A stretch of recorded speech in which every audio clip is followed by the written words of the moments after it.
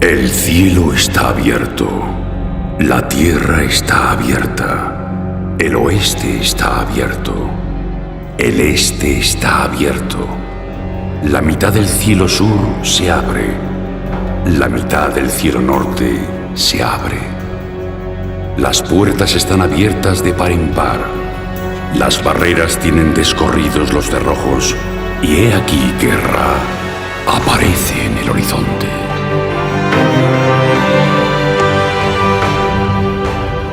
Este sortilegio permitía a los difuntos ya purificados acompañar a Ra en su barca solar, en su recorrido por el firmamento.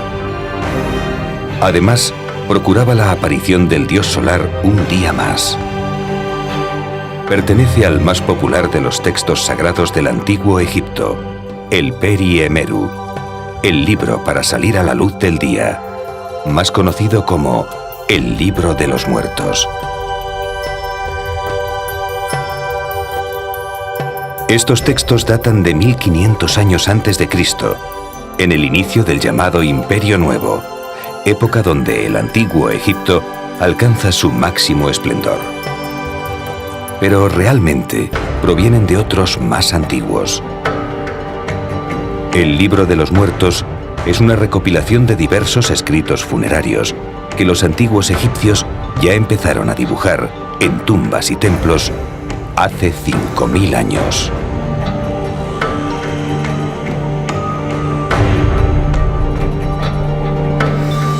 Por aquel entonces aparecen los primeros testimonios de Ra, el dios Sol.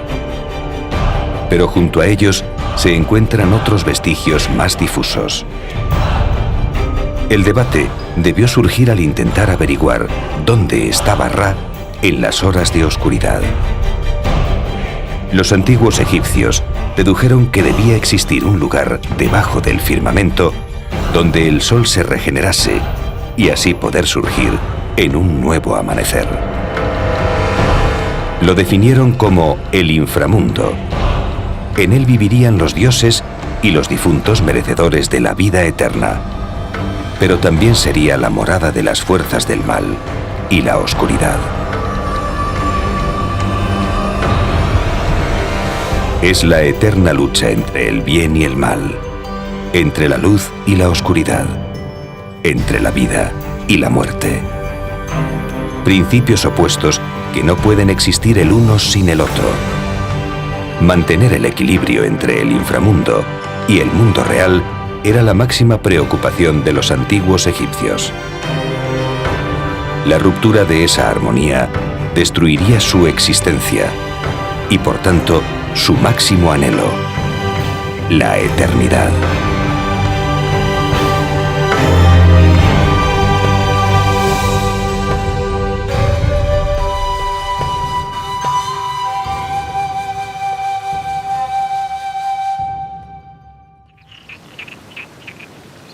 El Nilo era para los antiguos egipcios el eje central de sus vidas y un manantial inagotable de provisiones.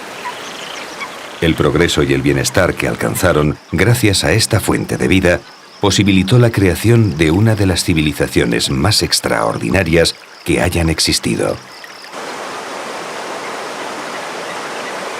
Pero para sus antiguos pobladores, sus aguas escondían un submundo de oscuridad y misterio.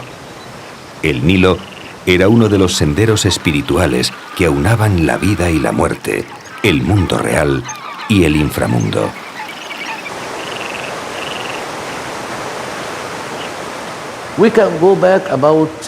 Podemos remontarnos a cerca de 20.000 años, cuando los egipcios eran muy pocos y vinieron del sur y del norte y crearon la comunidad egipcia. Y vieron cómo el Nilo manaba cada día, cada año, en un día, y que el sol se elevaba cada día al cielo. Unieron esos momentos y establecieron una relación entre la salida del sol, el fluir del Nilo en el mismo camino, con algo que llamaron inmortalidad, o eternidad, o la vida eterna. Al contrario de la mayoría de las civilizaciones, el color negro para los egipcios no estaba asociado al luto ni a la tristeza. Al contrario, simbolizaba el poder de la regeneración. Para ellos era un milagro cómo año tras año, al producirse la inundación del Nilo, su negro limo fertilizaba sus tierras. Cuando estas inundaciones descienden, dejan a su paso una tierra fértil negra que se llama el Kemet. De hecho, los antiguos egipcios llamaban a Egipto Kemet, y es una tierra muy fértil que los egipcios podían cosechar y desde luego tener una recogida muy importante, que prácticamente, y hoy en día también pasa, el 90% de la población en Egipto vive alrededor del Nilo, que es el que le da estas cosechas. Sus observaciones no se limitaron al río sagrado. Descubrieron que cada año, antes de la crecida, una estrella aparecía en el firmamento. Estudiaron intensamente los astros. El inicio del año egipcio coincide con la salida nuevamente de una estrella, Sirius, después de una larga invisibilidad. Este incidente, en medio de julio, ocurre junto con la inundación del Nilo, cuyas aguas regalan la vida a Egipto. La salida de esta estrella es símbolo de la celebración del Año Nuevo. Este hecho fue clave para el desarrollo de la cultura egipcia. Saber cuándo se producían las crecidas les permitía determinar el tiempo de la siembra. Esto, unido a los grandes proyectos de canalización, hizo que sus tierras llegaran a ser las más fértiles del planeta.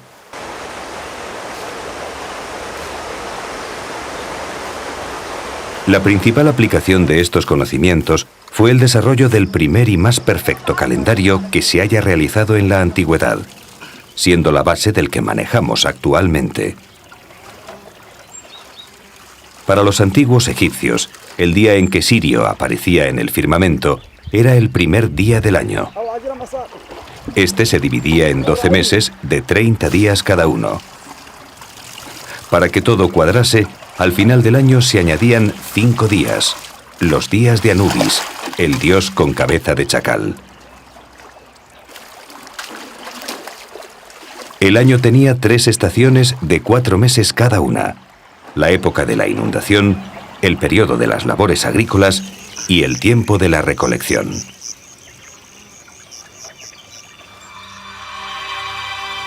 Hemos podido comprobar cómo 2 fenómenos estelares mágicos marcaban el ritmo de vida de los egipcios. El recorrido del dios solar Ra, que garantizaba tanto la renovación de los días como el equilibrio de los 2 mundos, y el milagro de la crecida anual del Nilo, gracias a la aparición de la diosa Sotis, la estrella Sirio.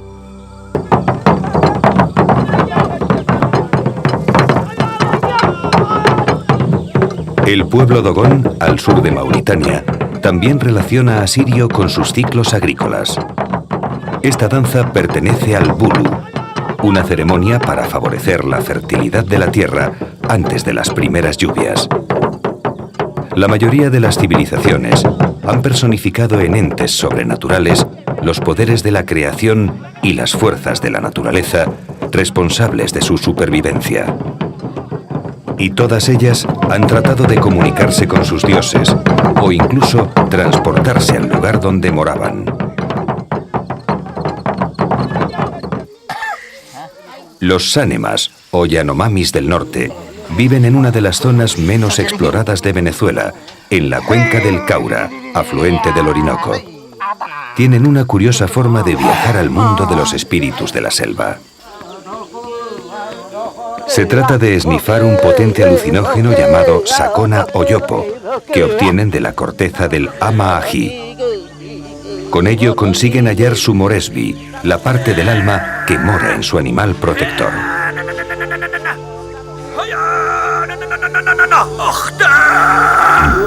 Como los Yanomamis, muchos de los pueblos de Nueva Guinea creen en seres sobrenaturales que habitan en la selva. En las tierras altas fronterizas con Indonesia viven los Asaro, conocidos como los hombres de barro. Los Asaro se han aprovechado desde hace mucho tiempo de esas creencias. Se convierten en espíritus para defenderse de sus enemigos.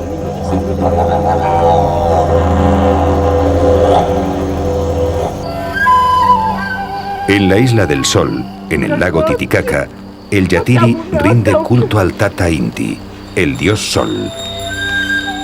Al amanecer, el humo del fuego sagrado se eleva en invocación a Viracocha, el dios inca que creó el mundo desde esta isla. El hombre rogaba al sol que saliese todos los días, pero también se preguntaba si él era capaz de aparecer por sí mismo.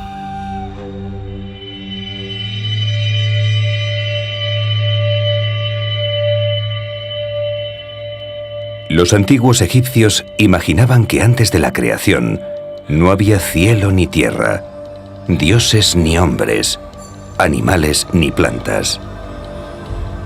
Un inmenso vacío, que llamaban Num, contenía a Atum, el principio de todas las cosas. En el siglo XIX, en las excavaciones de la antigua Tebas, se halló un curioso papiro cuya antigüedad se desconoce, en donde el propio Ra relata su creación. Fui yo quien vino a la existencia como Khepri. Cuando vine a la existencia, el ser vino a la existencia. Y todos los seres vinieron a la existencia después de que yo viniera a la existencia.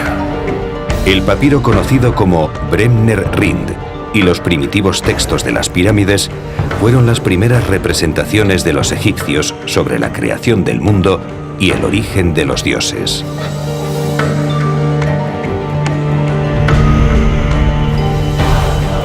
Atum tomó conciencia de sí mismo y apareció Ra, el sol. Luego nombró a Shu y se hizo el viento. Después mencionó a Tefnut y comenzó a llover. Shu y Tefnut tuvieron dos hijos, Geb, la tierra, y Nut, el cielo. Geb y Nut se casaron. Por eso, Nut siempre está sobre Geb, el cielo sobre la tierra. De su unión nacieron las estrellas.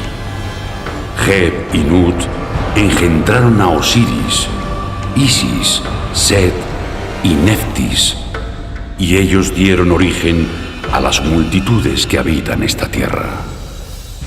Cuando el demiurgo crea el mundo, establece el orden y la justicia y rechaza las fuerzas del caos a una esfera alejada y separada de ese mundo ordenado, de ese mundo justo que crea Ra, donde aparecen también los dioses y aparecen, por supuesto, los hombres. Sin embargo, esas fuerzas del caos, esas fuerzas del desorden que quedan en la periferia del mundo creado, no dejan de acechar a Ra y el orden establecido en la creación. En su afán por comprender el mundo que les rodeaba, los egipcios fueron construyendo un complejo universo mágico.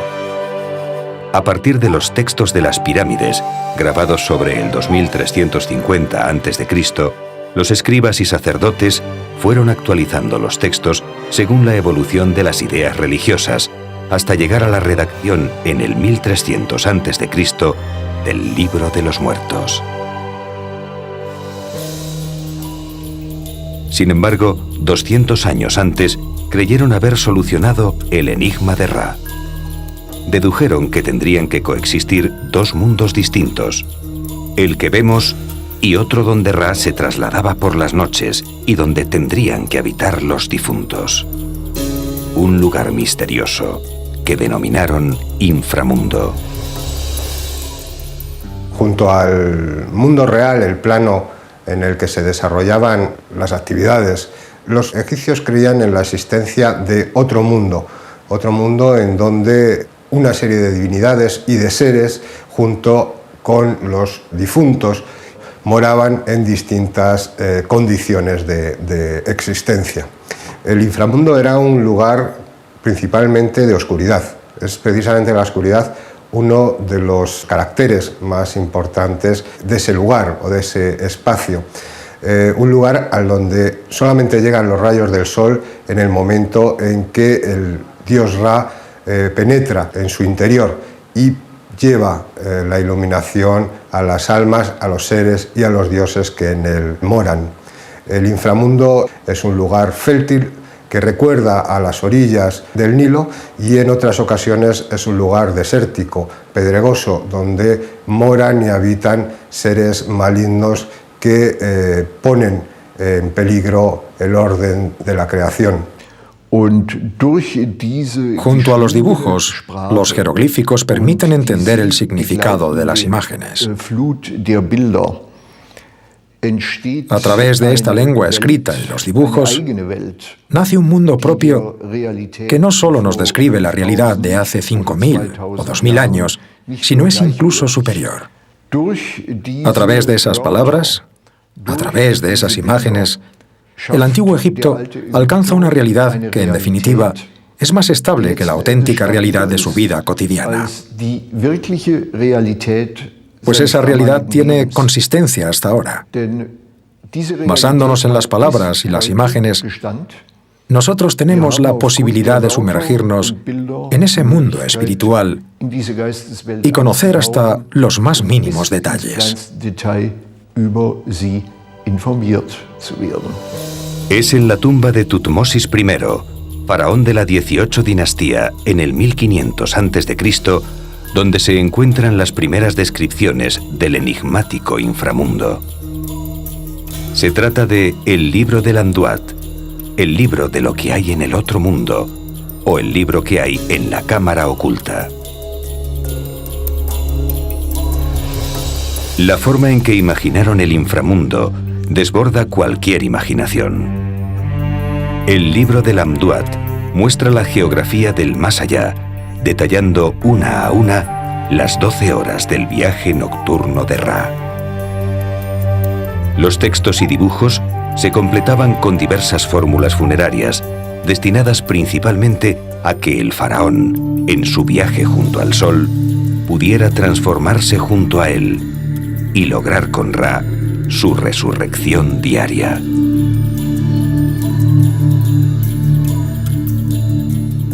Se dan incluso dimensiones de las regiones que atraviesa el dios Sol, dimensiones exageradísimas. Por ejemplo, entre la puerta occidental por la que penetra Ra al inframundo y la región de Güermes se hablan de 120 iterus, una medida de longitud egipcia que corresponderían a cerca de 1.200 kilómetros. Ra penetraba en el inframundo a través de la puerta occidental del horizonte. En esa primera hora todo es alegría en esa región. Ra ilumina después de 12 horas el más allá y todos se regocijan con su llegada. Ra además distribuirá campos entre las divinidades y seres que habitan en él, organizará sus vidas, administrará los bienes y en general se comportará como un soberano que administra y gobierna el territorio. Ra viaja durante las 12 horas de la noche en una barca. Está representado en realidad en su Ba, en su espíritu. Tiene cabeza de carnero y se encuentra en un baldaquino. Le acompaña dentro de su barca una tripulación compuesta por 8 dioses. Durante las primeras horas, la barca de Ra navega por un río que atraviesa el inframundo. Pero a partir de la 4ª hora, este río desaparece y la barca de Ra es remolcada con cuerdas e impulsada por la magia de los dioses. En la hora 7ª, la diosa Isis y el mago más antiguo repelerán al eterno enemigo de Ra, la serpiente Apophis.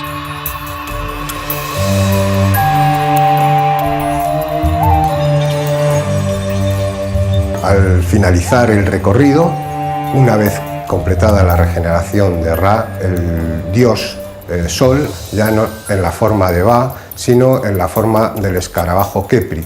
Allí es recibido por Shu, el dios que divide y separa el cielo de la tierra y finalmente abandona definitivamente el mundo del más allá para ingresar por la puerta del oriente en el mundo de los vivos.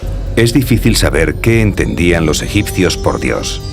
Hasta hace poco tiempo se ha querido explicar la mitología egipcia usando nuestros conceptos religiosos y nuestra forma de pensar.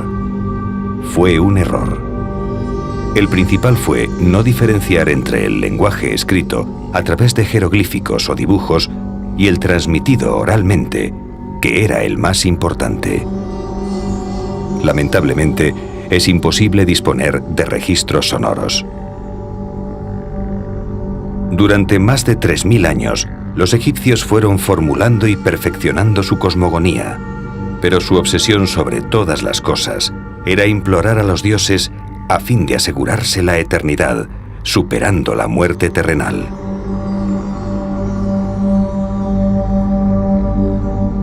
Uno de los conceptos más interesantes del pensamiento religioso egipcio es Maat.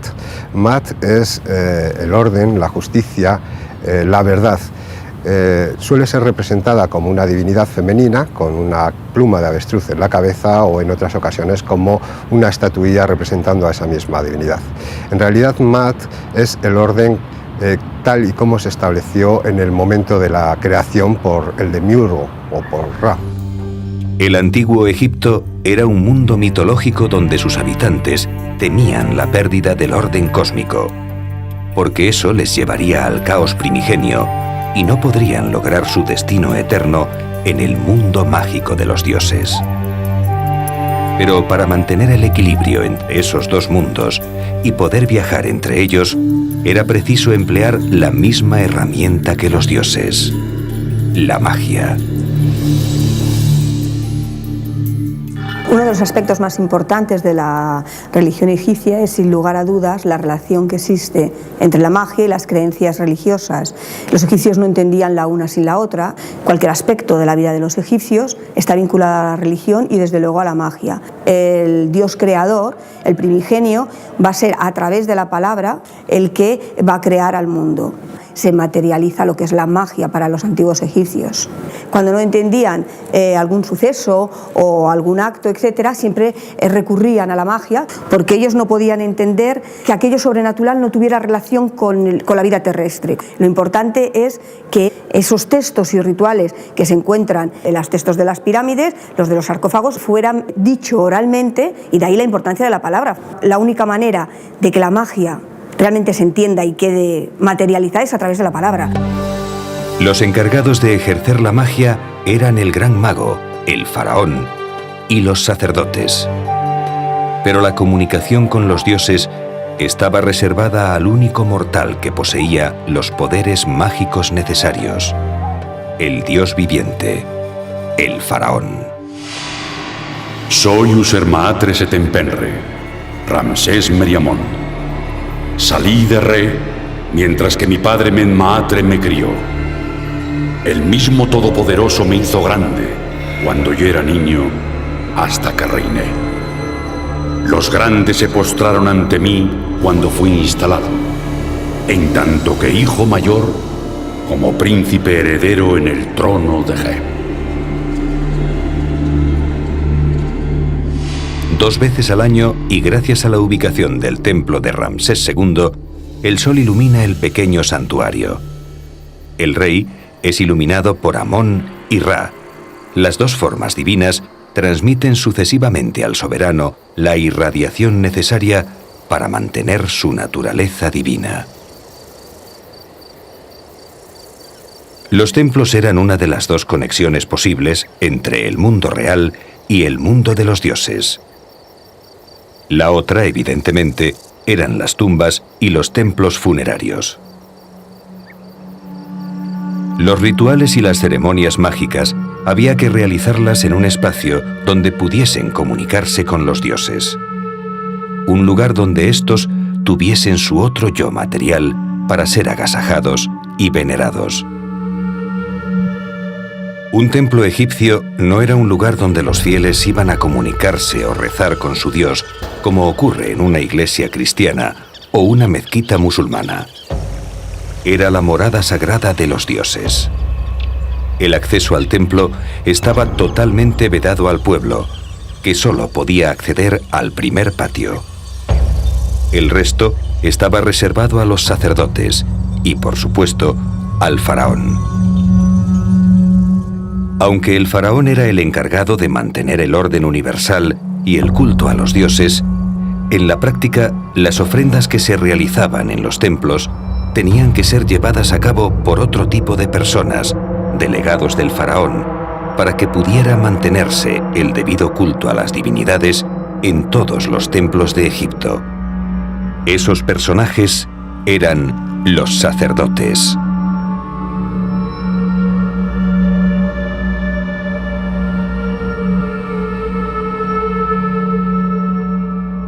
Las ceremonias más importantes, los ritos más importantes que tenían lugar en los templos egipcios se llevaban a cabo aquí, en esta capilla, en el Sancta Sanctorum de cada uno de los templos, el lugar más recóndito y secreto del edificio cultual.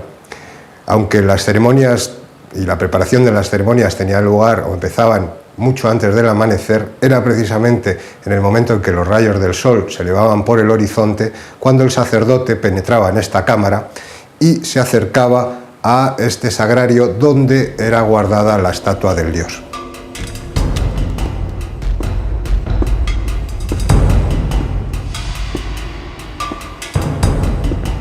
El sacerdote debía de realizar una serie de ritos ante la estatua del dios, destinados a velar por su purificación y alimentación. Todos los días se cambiaban los vestidos y los alimentos a las estatuas divinas.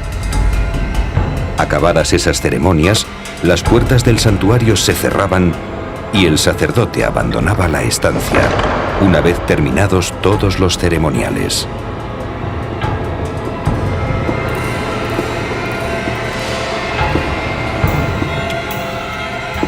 Naturalmente, las divinidades no consumían físicamente estos alimentos.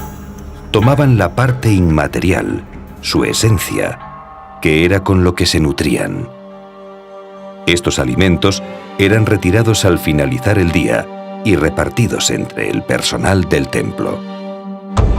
Las casas terrenales de los dioses, llamadas por los antiguos egipcios Hut-Necher, debían de estar construidas y diseñadas para que se pudiera establecer la perfecta conexión con su morada divina. El faraón y los sacerdotes eran necesarios para establecer el vínculo mágico, pero necesitaban el mecanismo que canalizase sus sortilegios. Fue en la arquitectura y la astronomía donde encontraron las herramientas necesarias para ejecutar sus rituales. El templo egipcio era una puerta a otra dimensión, y su diseño así lo exigía. La altura de sus techos, el nivel de sus suelos, la forma y elementos de las columnas y sus capiteles, los juegos de luces y sombras. Ningún elemento estaba puesto al azar. Todo tenía su razón de ser.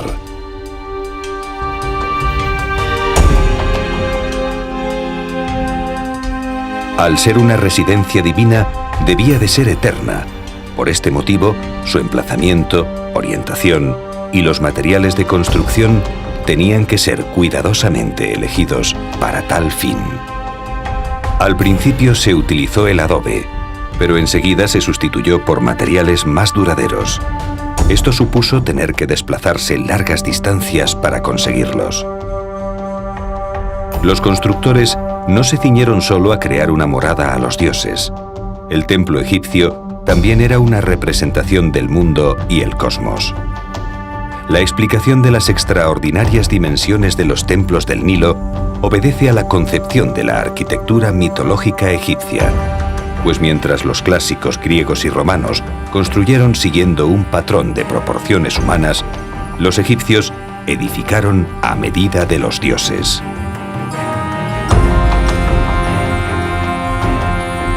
Como ya sabemos, su función principal era la adoración a los dioses en nombre del faraón para rogarles, entre otras, dos cosas fundamentales: la regeneración perpetua de Maat, el orden universal, y la puntual crecida del Nilo, que hiciese posible la fertilidad de los campos.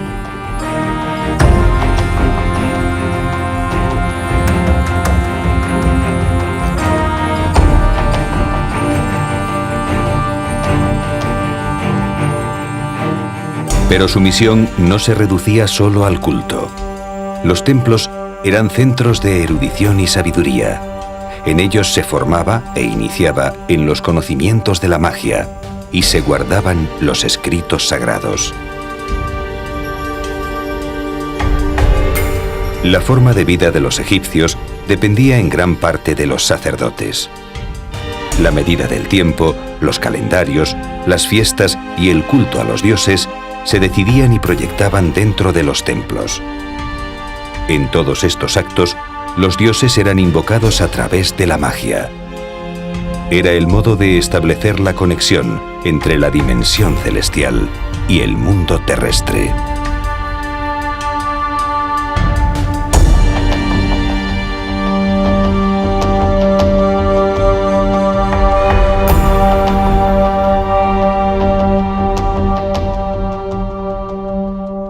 Sin embargo, el templo no era la única puerta de acceso al inframundo. Existía otra, mucho más directa y definitiva.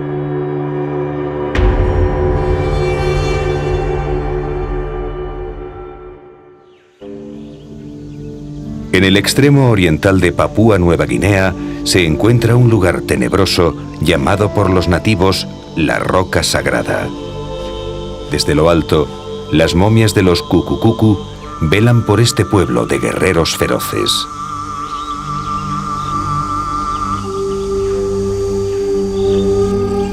En la isla de Sulawesi, los Toraja sitúan tallas humanas llamadas Tau-Tau para velar por los espíritus de sus antepasados, que yacen enterrados entre los balcones de madera.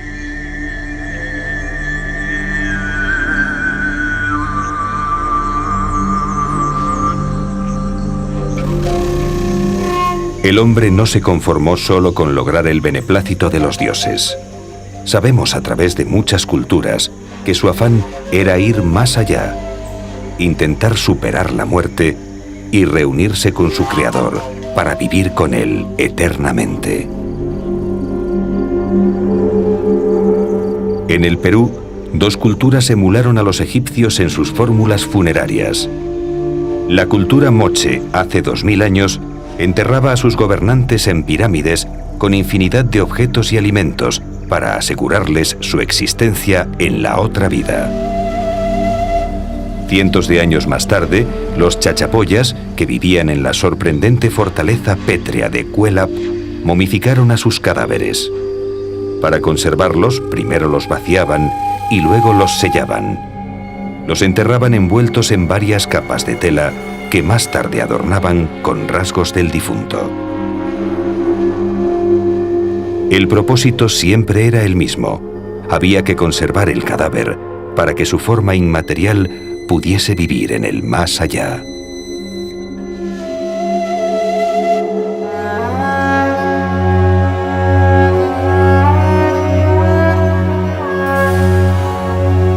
Los egipcios sabían que solo la magia del faraón y los sacerdotes eran capaces de realizar obras y actos sobrenaturales. Gracias a ella se mantenía el orden universal, pero su poder también podía ayudar a los hombres a conseguir su ansiado anhelo.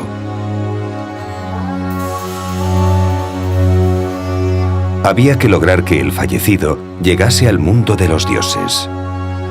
Si estos consideraban que había adquirido los suficientes merecimientos, le concederían la ansiada vida eterna. Pero antes había que prepararlos para el gran viaje. Los antiguos egipcios mostraban un gran despego de la vida terrena. La consideraban como un tránsito breve hacia la eternidad.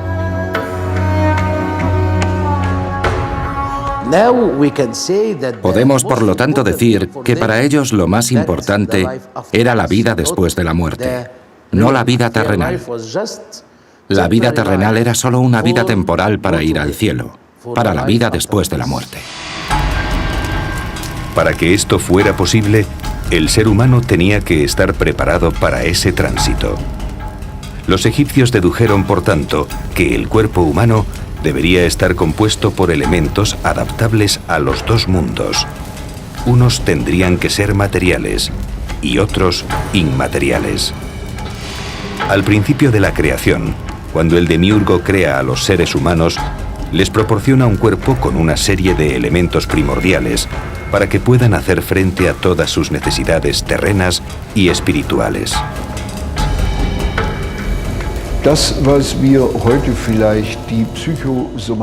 Lo que hoy en día llamamos el estado psicosomático, el antiguo Egipto lo clasificó en muchos términos. Hay un Ka, luego un Ba. Hay una entidad que se llama Ak. Algunos de ellos están conectados más a la supervivencia física después de la muerte. Otros a la inmortalidad del alma. Son imaginaciones complejas que varían mucho de nuestro pensamiento occidental, en el que nos gusta nombrar todo con precisión.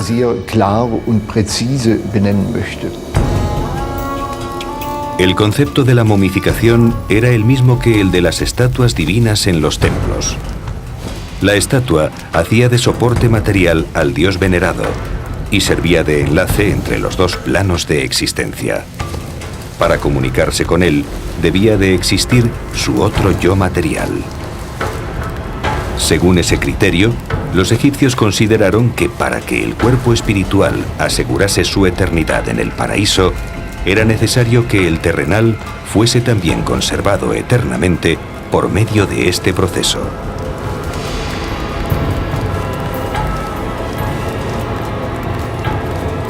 Una vez embalsamado, había que preparar al difunto para el viaje sagrado.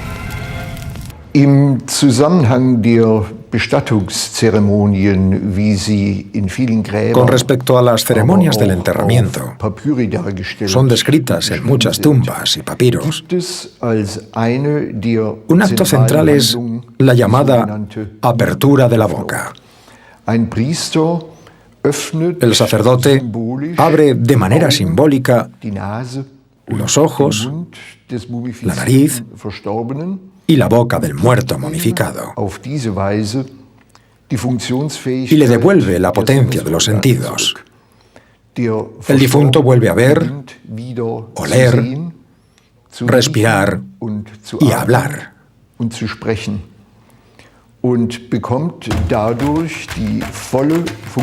Obtiene la capacidad del funcionamiento de los sentidos fuera de la vida terrenal, ya que esta aptitud, de nuevo obtenida, funcionará toda la eternidad.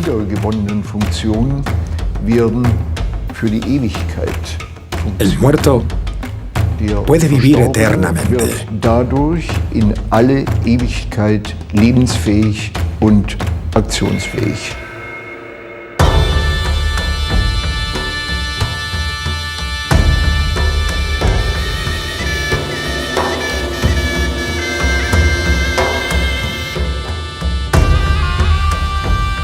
La ceremonia se llevaba a cabo primero en el patio de la tumba, donde se realizaban una serie de purificaciones rituales.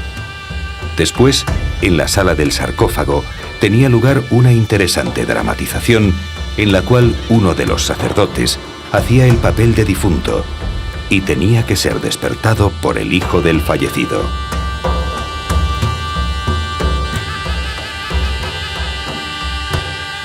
Se utilizaban unos curiosos instrumentos rituales en forma de azuela, cuchillos o bastoncillos que eran llevados a la boca, ojos, oídos y otras partes vitales del difunto para devolverle su capacidad en la otra vida.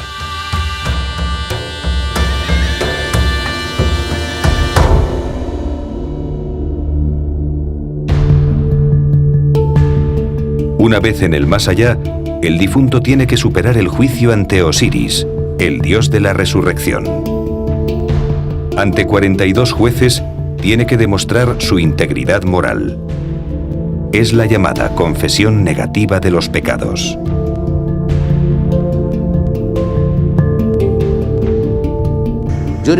Después de la muerte, solo tenía que mostrar que había sido un hombre respetuoso frente a Osiris. Tenía que demostrar a Osiris que había sido una buena persona, que no había robado, que no era un ladrón, que era un hombre justo, que había trabajado con sus manos, que había dado de comer al hambriento. Y entonces Osiris le decía: vale, ve al cielo. Así eran las creencias que se reflejan en el libro de los muertos del antiguo Egipto.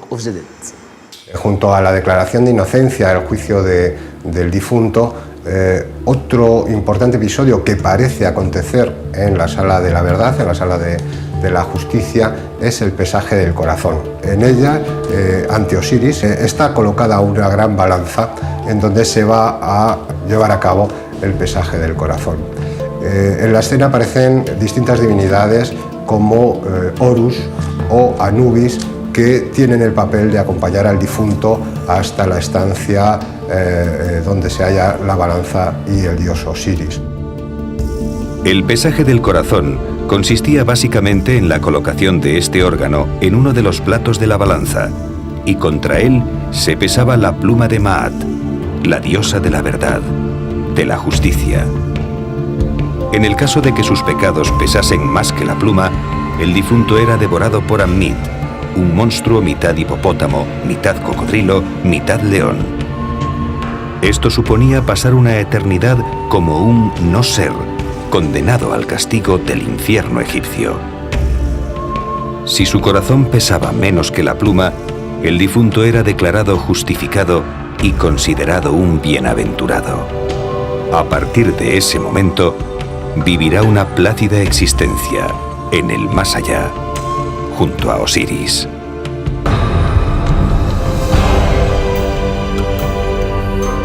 No cabe duda de que las magníficas construcciones que hoy podemos ver en el Valle del Nilo han logrado el propósito de sus creadores. Los antiguos pobladores de Egipto amaban la belleza de la vida terrenal, pero solo como un fugaz tránsito hacia la verdadera existencia inmortal. Para contentar a los dioses, edificaron a su escala. Diseñaron sus templos y tumbas con perfección matemática en sus formas y proporciones. Alinearon sus contornos con el Sol y demás astros celestes. Su obsesión era mantener a toda costa el orden cósmico. No podían permitir que todo regresase al caos primigenio. Para ello aprendieron el uso del lenguaje y el poder mágico de los dioses, y se comunicaron con ellos. Descubrieron dónde iba el sol por las noches y cómo conseguía salir cada amanecer. Y lo más importante, descubrieron cómo acceder al inframundo para permanecer con los dioses por toda la eternidad. Magia, ciencia y religión representan la naturaleza del hombre, su forma de rebelarse ante el terror de la nada, la lucha por penetrar en los misterios de su existencia y la del universo. Es una mezcla de extraña seducción y una inquietud aterradora que, aunque le hace sentirse consciente de su insignificancia, le permite sentirse orgulloso de su humilde condición humana.